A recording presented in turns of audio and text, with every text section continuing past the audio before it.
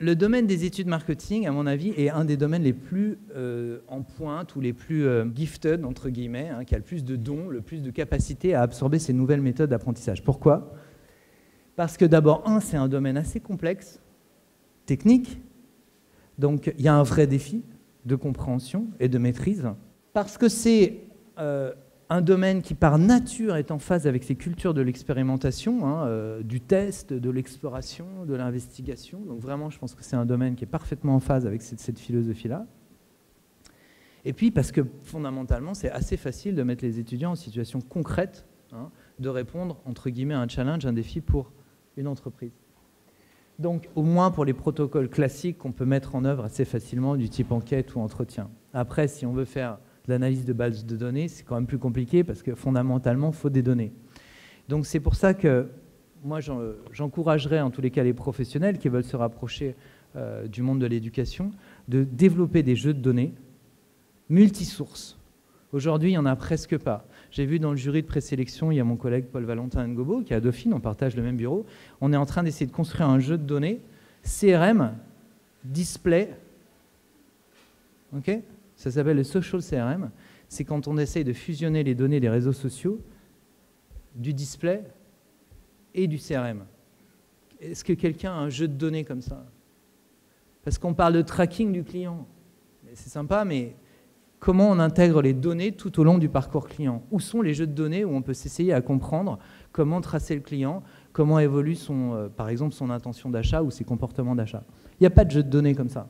Donc, à mon avis, les sociétés d'études doivent pousser à produire des jeux de données beaucoup plus complexes qu'aujourd'hui, mais pourquoi pas introduisant aussi du quali, hein, c'est pas interdit. Hein. Et puis, la deuxième chose, c'est qu'effectivement, on en parlait tout à l'heure avant d'ouvrir la discussion, c'est la partie, en fait, recommandation. Et c'est vrai que, bon, utiliser des méthodes, hein, je ne sais pas, l'analyse de variance ou l'analyse de régression, c'est une chose, mais donner du sens à tout ça, placer, en fait, ces méthodes dans une problématique d'entreprise, okay, faire correspondre, en fait, un problème avec un certain nombre de méthodologies, c'est un vrai savoir-faire. Et ensuite, ça c'est en amont, et ensuite en aval, réussir à faire parler des données, c'est une chose, mais réussir à en faire des recommandations opérationnelles pour l'entreprise, c'est encore autre chose.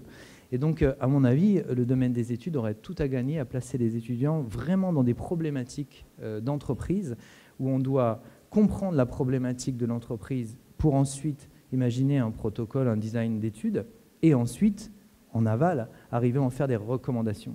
C'est-à-dire, faut pas, bien sûr, c'est facile de passer des heures à faire des analyses de données, à apprendre comment faire un coefficient de corrélation. Bon, ok, c'est des statistiques. Mais je pense que les études, c'est avant, dans la définition de la problématique, et après, dans les recommandations qu'on peut en faire. Donc voilà, moi, ça serait mes deux recommandations pour les professionnels des études. Ça serait d'élaborer des jeux de données beaucoup plus sophistiqués. Et deuxièmement, de vraiment mettre les étudiants en situation de recommandation et même d'élaboration d'une problématique d'étude. Et pas seulement d'analyser des données, quoi. Voilà. Donc, il reste du travail, mais je pense que le domaine des études est vraiment un domaine passionnant et complètement en phase avec cette posture de test et d'expérimentation qui, à mon avis, est la seule raisonnable si on veut comprendre ce qui se passe dans le digital. Voilà ce que je voulais vous dire.